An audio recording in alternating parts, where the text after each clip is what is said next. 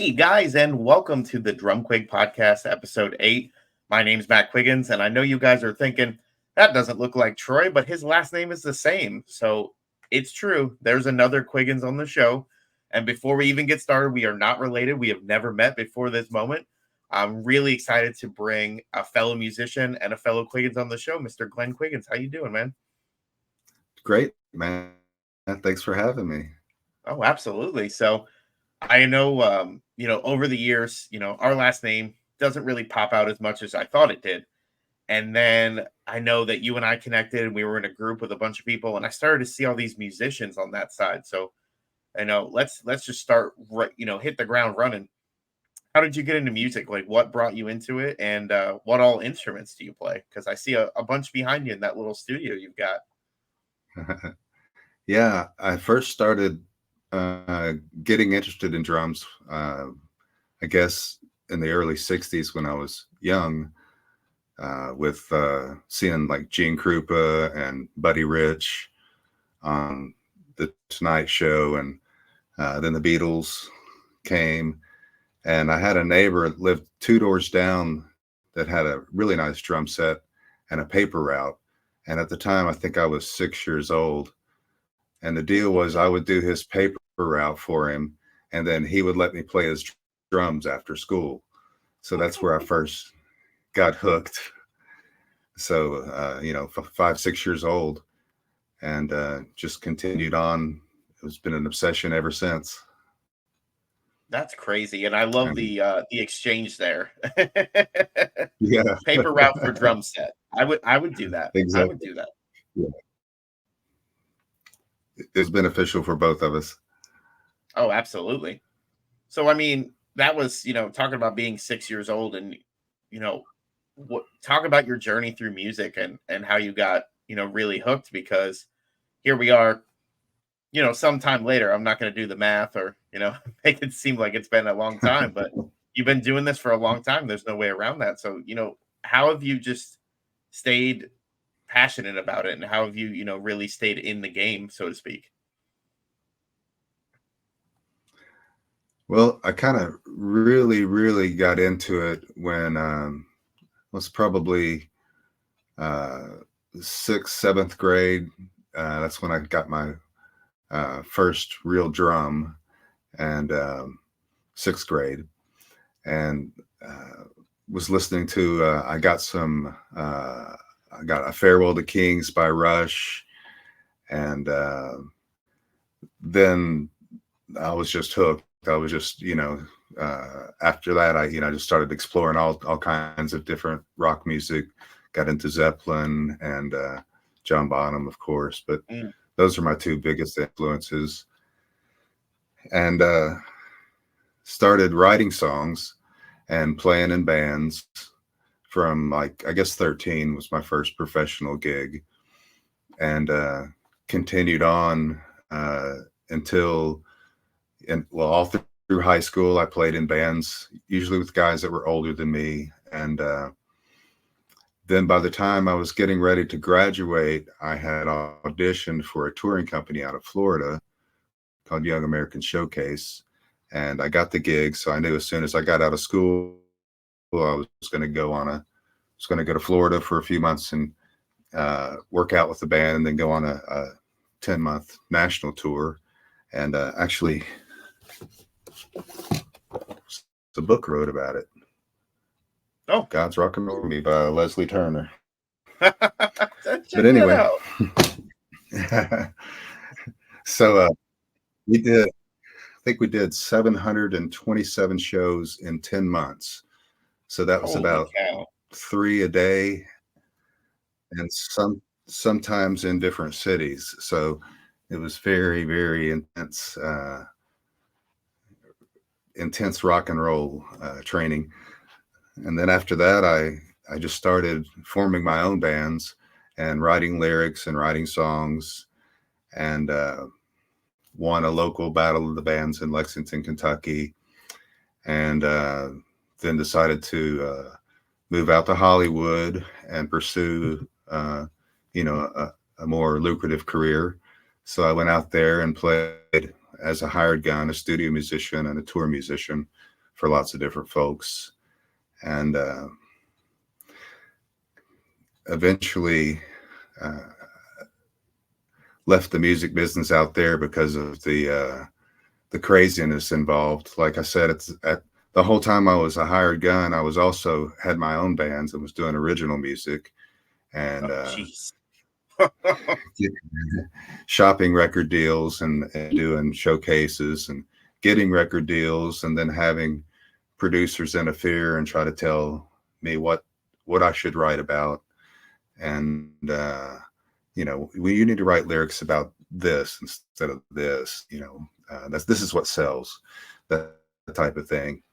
And I just got tired of that whole scene, so I left there and moved to Memphis in I guess it was the early 80s, mid to late 80s. Yeah, I was in Hollywood in the mid 80s, and then late 80s moved to Memphis, which had a great music community. I had played with a guy named Wayne Swinney, rest in peace, the guitarist of Saliva. We had been childhood friends and played in bands, and so I reconnected with him in Memphis, and he introduced me to that whole music scene and many more original bands and road gigs and record deals and that whole thing. And eventually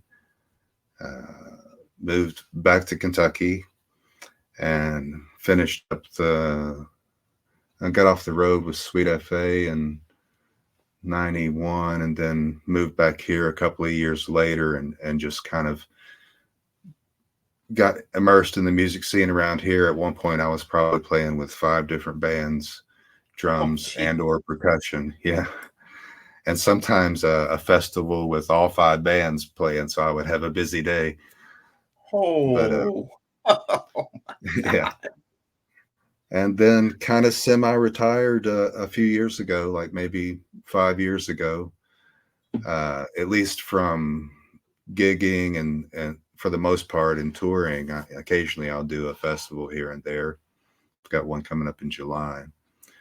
And mainly just working on music in the studio, licensing some of my original music for television and film, in the process of being involved with a couple of films and hopefully a History Channel show coming up, and also doing their documentaries. And I'm also doing some of the music for them too. So still staying busy here.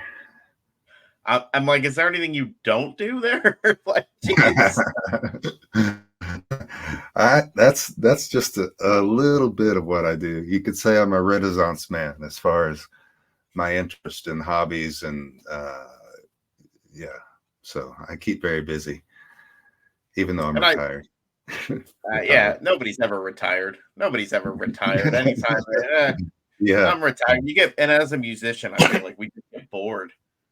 We can't not tap on something. We can't not think of something. We can't, I've never been a lyric writer, but I've always, things will come up and you'll be like, I got to write that down. Like, I don't know for what, but I need to write that down. Yeah. And I kind of wanted to talk, you just brought up, the History Channel and, the documentary and the things you're getting to work on. So that's a very recent announcement that you had posted, I believe. So like, right, how did that come about?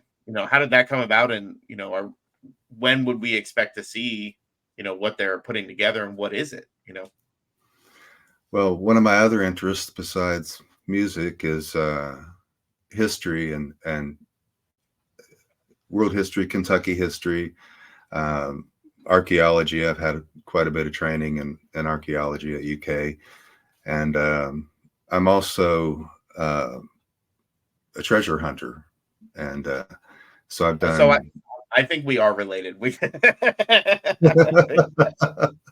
I love history. I love skeleton keys. I love, the conspiracy theories behind treasure hunting. So I love all that. So sorry. Continue. Yeah. So I've done some treasure hunting as far as in the past in Florida, treasure diving on Spanish galleons.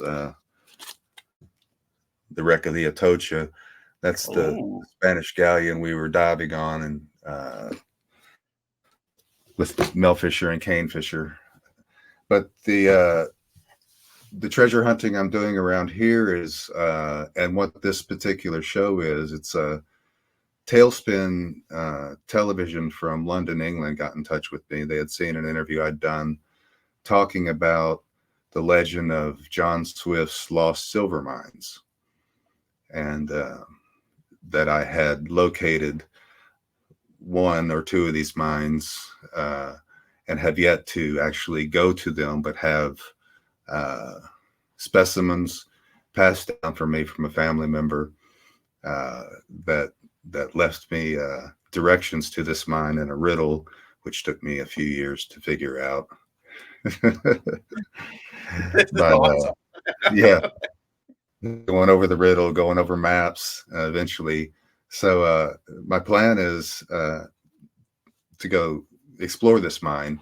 Well, they got in touch with me when they saw me, a little clip of an interview I'd done talking about it, and were interested in doing a whole series about Kentucky history and treasure hunting and all of the different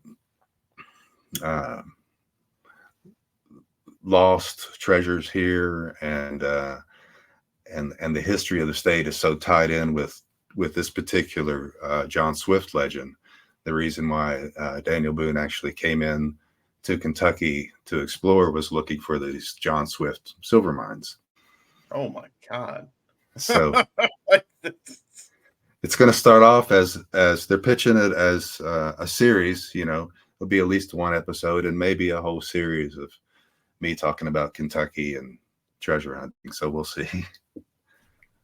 I mean, that's pretty exciting. And I think having that in your family history, you weren't just somebody looking for, for riches or for glory or something like that. Like, this is something passed down to your family that your family wanted you to have, that wanted True. you to have this information. And I think bringing that to light is really cool. Like, I can't wait till that comes out. I want to watch it now. I want to see what they find, because so many of those shows, when you don't know anything about them, they're like, it's like the search for the giant squid. And you watch 18 episodes, and at the end, you never see the giant squid. Exactly, yeah. Finding Bigfoot, but they never find Bigfoot. Yeah, exactly. I guess that's Animal Planet, but same kind of premise. I think that's on Discovery Channel, aptly named, with that being said. But it's, but you watch like the Treasure of Oak Island or whatever, those shows are, and it's like, are they ever going to find anything? Like, oh, we're getting there, we're getting close, or the secret tomb, and they're like, okay, we just spent millions of dollars to tell you we don't know. Yeah, exactly. I mean, that's fascinating, because when I had seen that you had posted about it, I was really interested because of the fact that I love history. I'm that person who's trying to, I might not be the treasure hunting. I would love to, especially living in Florida. The history here. I know a few years ago, like they found like a decommissioned bomb on the beach from like World War II, and I was like, why was that even here? Yeah. Like, why was that? And they had to actually explode it because they weren't sure if they moved it, if it was going to still Exactly, yeah. go off. And I said, that was fascinating to me. I said, nobody cares. They go, oh, big boom. I'm like, there was history there that we just destroyed because we were afraid to move it. Be surprised what you find. Yeah, Florida is where I did the diving off the coast there of I guess it was Vero Beach, that area, about 30 miles out, part of the wreck of the Atocha. And they've been, since the mid 80s, they've been pulling probably $30-40 million a year off of that wreck, because it was a whole fleet, a whole Spanish treasure fleet. But yeah, it's exciting. Dive down and find a big bronze cannon or a pocket of emeralds that used to be in a little treasure chest, but the treasure chest is rotted away and it's just emeralds. Yeah, it's exciting. Plus, you find lots of beer cans and other stuff. Well, yeah, the stuff that's not worth as much, and thanks to all those people littering the ocean with your beer cans. But Yeah. what was the coolest thing you found on your dive? Like when you did that, like what was the one thing? Obviously, if you found any treasure, yeah, but what was something that you really found that said, "I want to take this home"? The coolest thing, I mean, obviously, everybody would like to have gold coins and giant emeralds, but for me, the coolest thing was a cannon. Actually, we found 3 big bronze cannons, and they're 400, 500 years old, and at about 30 feet of water. It's just amazing. Amazing feeling. It's like, I don't know if you've ever found like a spear point or arrowhead or anything like that. Yeah, it's just like, but it's canon. right. It's exciting though. Yeah. I like that you just compared an arrowhead to a cannon, but I'll take it because that's the feeling behind it. So I get it. Okay. Yeah.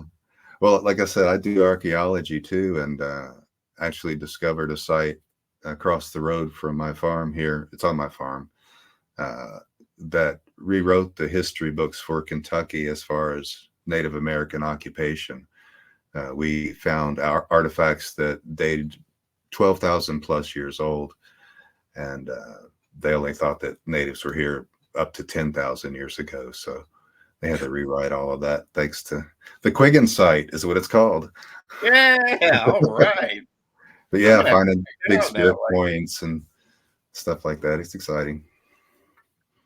We stumble across, and I know it's kitschy and cliche, but the unexplained, obviously William Shatner. We just love the guy. And he'll go through and they're talking about it. I'm like, but the technology we have today, there's so many things that we still haven't found, and that blows my mind. And something like what you said, it was on your farm, you found it, and it rewrote history books as to what we knew beforehand and now what we know.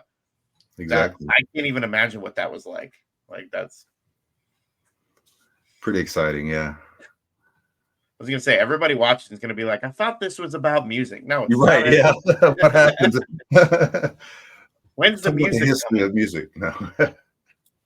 Well, and that was one thing. I mean, I'll circle back on the history of your touring and the history of your gigging.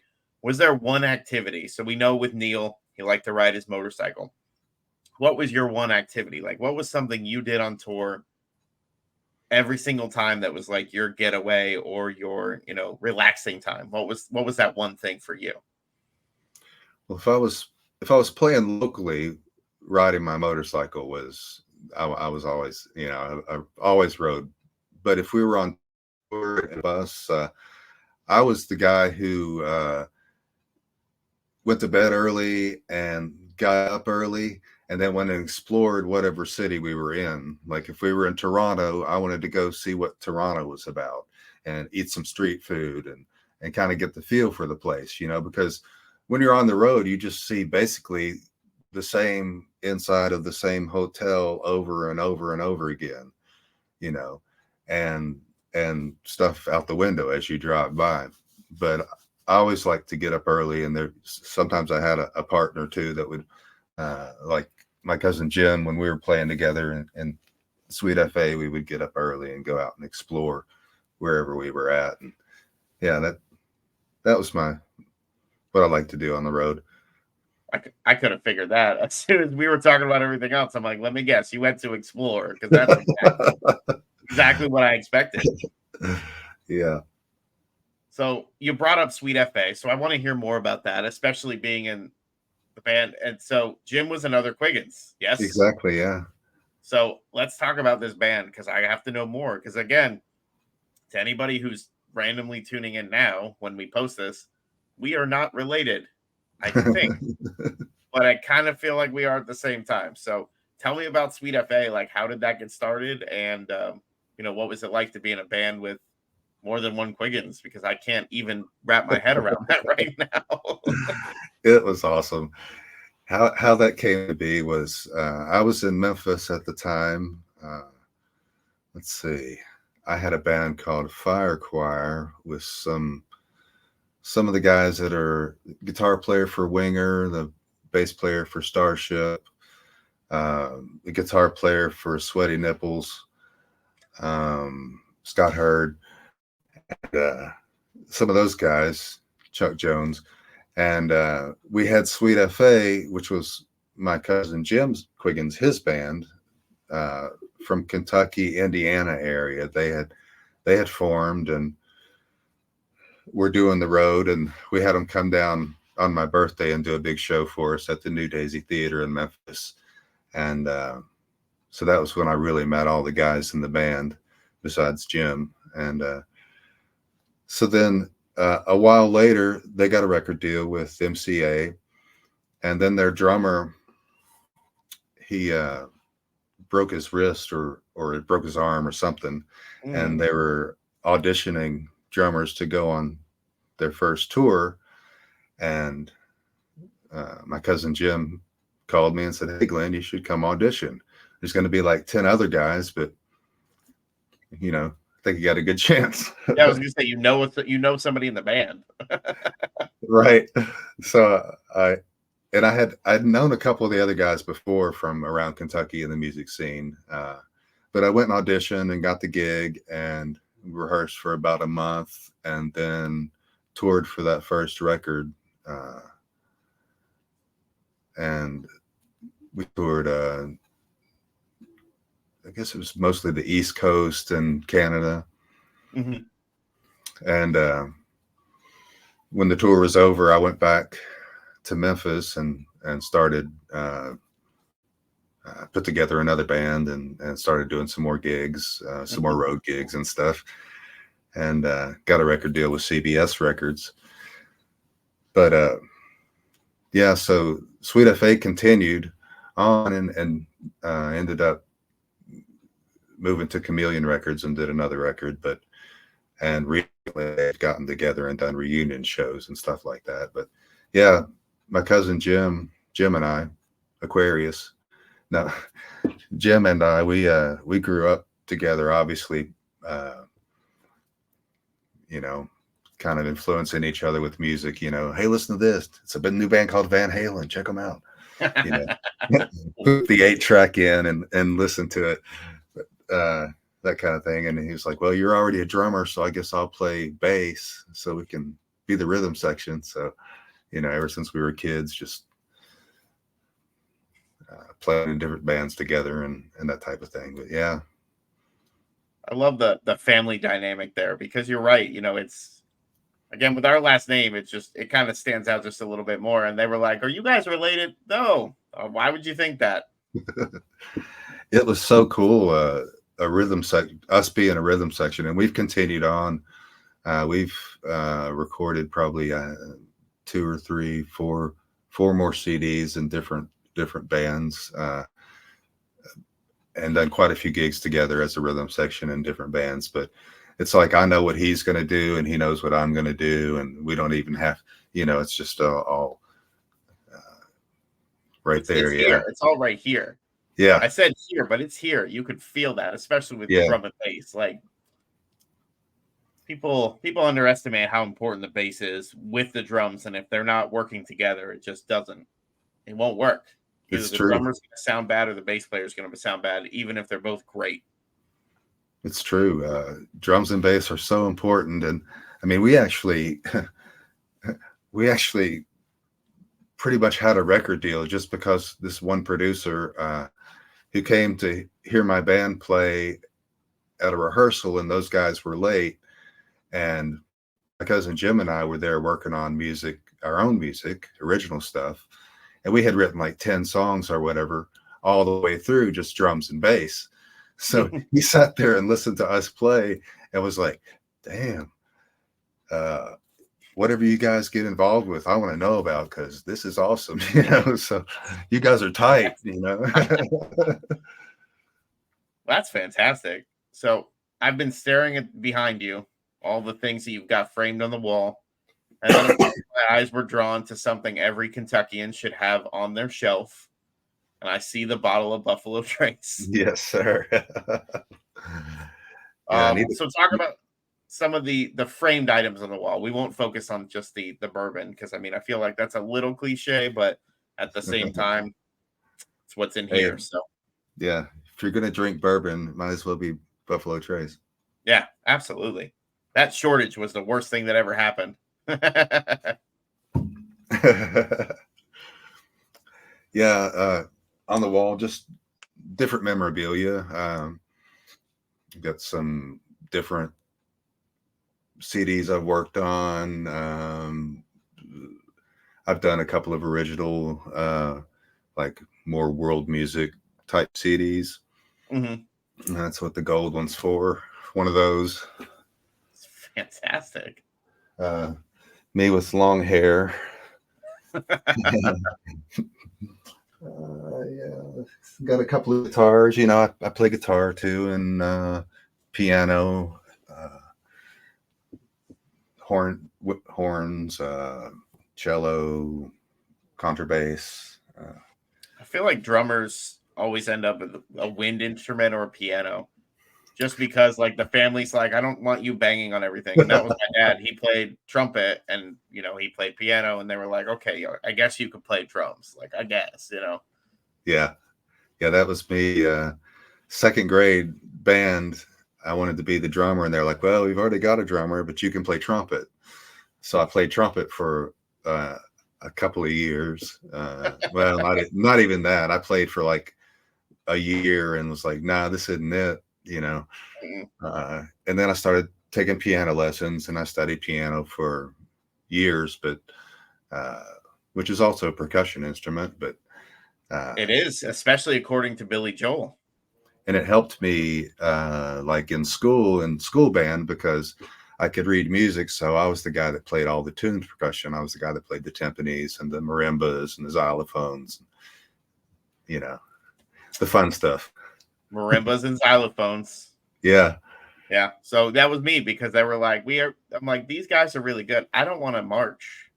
I want to play that. And they were like, do you know how to play that? And I was like, no, but I'll learn. Yeah. And it was funny because I can, at the time, like I could still say I can read music. I can't read music well. But if you played something for me and then I looked at the music, I went, oh, I know how to do that. Yeah. And that bothered everyone because they're like, but just read it. I'm like, no, just play it once and I got it. And they're like, okay. And I play it. And, we did John Williams, of course. We did the Beatles. We did Chuck Mangione my first year. So I loved all that stuff. And that's, as a kid, I picked up drums since I was 2 years old. My dad said, oh, you picked up drumsticks better than, most adults I know. But I've never had the space to be able to have a drum set. I've played on other people's. I've played in, I played in my uncle's church for a while, years and years back. But it was never my own set. And I'm like, one day, eventually, I'm going to have my own soundproof room where I can just go in there for like an hour and be like, okay, goodbye world. I'm just gonna go knock some stuff out. So it's amazing, like the similarities there, the trumpet, the piano, the drums, like all those things. And it's funny, that Billy Joel interview I watched a couple days ago where he says it's a percussion instrument, and Howard Stern said, but I don't understand. And he started playing it, and he's like, you were hitting the keys. You're not gliding over in these. He's like, there are moments where it is the percussion, it is the drums, it is everything you need it to be. And I'm just going, I never really thought of it that way. And then inside you have a little hammer hitting a string. Yeah. That's percussion. Yeah. And I don't know why I didn't think of it, but even like Ben Folds, when you listen to his piano music, he's really making the piano act as the drum set, and the drums are literally secondary to the percussion that's coming from the keys. So, and anyone watching, this is what music nerds talk about. These are the things that we talk about. Exactly. And, speaking of nerds, I know on the page, we've kind of been teasing it for a few weeks and kind of talking about, nobody really knew what was going on. So as of a couple of days ago, the DrumQuig Podcast is now a proud member, an official member of the GeekNetwork Podcast Syndicate. So just an exciting way for us to get, more more eyes on us, but another way for you to see other content that's not music related. So really excited to be a part of that. And like I said, the music nerd just went right into it. So I'll make sure to Congratulations. drop links to all the amazing content that we're now a part of. So you're the first one I get to say that to. So this is the first time it's being said on the show. So that's pretty exciting as well. But yeah, congratulations. absolutely, it's an outreach. I got the opportunity to interview Bruce Dickinson in January. Something that was not on my 2024 bingo card. It wasn't there, and my buddy had reached out and told me, "Hey, I've got who wants to interview him?" And I wrote back, I said, "Yeah, me." And he wrote me and he said, "Are you serious?" And I went, "Wait, are you serious? Like, this is a joke?" I'm driving to St. Pete, I'm meeting up with a friend, and I walk into a brewery before my buddy gets there, and Iron Maiden was playing on the speakers when I walked in. I said, "That was a sign." I said, "I got to do it. I got to do it. Like, that's it." And I wouldn't have that opportunity if it weren't for the guys over at Geek Network. So when they, we talked about joining the club, so to speak. The syndicate just sounds like the mafia, but I really like how it sounds. So just super excited for that. And Glenn, I feel like calling you a transformer right now because there's more than meets the eye. You've got all that music history behind you. You learned all the different instruments. I took guitar lessons for a month. Hated it. I was like, I am a drummer through and through. There's no way that's changing. So I'm super excited for this, this series. Like you said, it could be one episode, it could be a whole series. You've got so much going on. And then the Quiggins side sounds like somewhere I need to make a pilgrimage to. So, Dad's already in Kentucky. So all I have to do is, make that trip up there from Florida. Man, you're welcome anytime. You're welcome anytime. I don't know how I would handle that. I'm not gonna lie. Like, we don't talk much about the family side on the show, but my dad was adopted, and we actually I was too. Wait, what? Yeah, what? And so was Jim. What? So was Jim Quiggins. We're both adopted. Oh my gosh, we are related. And like I said, we haven't brought it up on the show, but a couple years ago, I had somebody reach out to me and say, "Hey, I think your dad's my uncle." And, at this point, right around this point, my grandparents had either passed or were in the process of passing. And I know that sounds terrible to say it that way, but it was coming to that point, and it was pretty upsetting to go through that. But she reached out, and then we met, and we found out my dad had, 2 half brothers, 2 half sisters. We have all these nieces, nephews, cousins, and all this. And they all lived in Louisville, except for one of them who lived in Tampa, which, again, what were the odds that I lived somewhere? And then, so, wow, I'm still blown away that you were adopted too. Like, it's crazy. I used to live in St. Petersburg too. We were just in St. Petersburg Thursday. We went and saw Sting with the Florida Orchestra. They're in people like 20 years ago. They're in Lake Wales. Oh, wow. Yeah, so I'm in Palm Harbor, just north of Clearwater. Yeah. So that's crazy. Real close. Yeah. So, my whole life, Quiggins has always been the name. It's been the thing. So my last question for you: what's the one nickname that stuck with you all these years? Because with our last name, people just come up with their own. And over the years, I've gotten Quiggles, I've gotten Squiggles, but my ultimate favorite was probably Quig Newton. And I've kept that for a while. So I'm curious to know what your nickname that's stuck over the years. That's hilarious. Given our last names. That's hilarious because I was going to ask you the same thing. I swear. Oh, I can't breathe. Oh my God, that was hilarious. So now I gotta know yours, because if you were ready to ask me, you gotta have one of your own.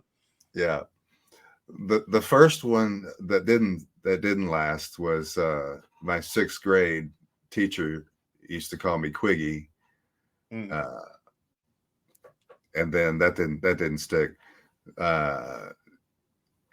Some people called me Quiggs or Quiggins. Yep. But the one that stuck was GQ, because Not only are they my initials, but I used to model when I lived in Hollywood, and I actually ran a modeling agency for a while, one of the largest in the world. So that GQ is the one that still people use. Oh my gosh. I don't know that I can process the last 5 minutes of the show. Everyone's just gonna look at me like dumbstruck. Because it's basically like we just found out both were, both families were adopted, both Quigginses, which means we came it. So now we are family at that point. If we were both adopted into the Quiggins family, like I'm never gonna change my last name. There's no way. And when I started working, everybody was named Matt. We had 4 Matts that worked at the Circuit City where I worked, and that ages me a little bit, but and I just said, you know what, just call me by my last name. And it stuck, and then my name tag started saying it, and then it got to the point where I'm gonna give my buddy Dan a shout out. We just saw him on Saturday. He's a bartender and used to be my boss at Best Buy. He had started at the store, and he went to talk to me one day. He said, "Hey Matt, can I talk to you for a second?" And I walked right past him. I didn't even hear it. I've been called that for so long that if I heard Matt, I go, "They're not talking to me." So yeah, I still have friends that I have a couple friends that call me Quiggins. I got one friend from high school still calls me Quiggs. Yep. So I have Quiggs, Quiggy, yeah, Squiggles. It's when they start adding the S's in front of the Q. I'm like, no. You got to keep the integrity of the Q there. I dodged that. So, well, Glenn, this was absolutely amazing. We're definitely going to have you back on the show. We'd love to have you just because, like, we thought we were going to talk about music and just talk about music and our last names. And we've learned so much about each other and the family and like the history that's behind it. So, like I said, I love history. I'm already figuring out how to get a visit up there anyways. Yeah. Where in Kentucky are you? Because you can't be far from everybody else. I'm southeast Kentucky, kind of. Do you know where Lexington is? Mm-hmm. Yeah, I'm about an hour south of Lexington, southeast. Okay. Yeah, close to I-75.